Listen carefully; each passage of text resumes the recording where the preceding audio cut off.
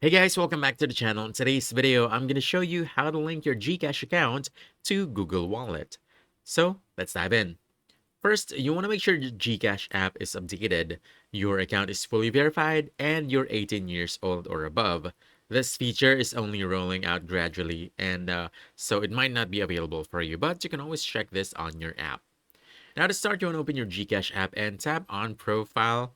Then you want to go to My Linked Accounts. From there, you should see Google Pay. You want to tap it and select Add to Google Wallet. Next, you want to allow GCash to access your account when prompted by tapping Continue. Now, you'll be redirected to the Google Wallet app. In Google Wallet, simply tap Add to Wallet, then enter your info, read the terms, and tap Continue again. Wait a moment while Google verifies your account, then tap Accept. Once everything is complete, you'll return to the GCash app with a confirmation that your GCash is now linked to Google Wallet and ready to use for Google Pay transactions. Just keep in mind that this feature is still rolling out and may not show up for everyone yet. So if you don't see Google Pay under your linked accounts, you want to try updating the app and checking again later. And that's it.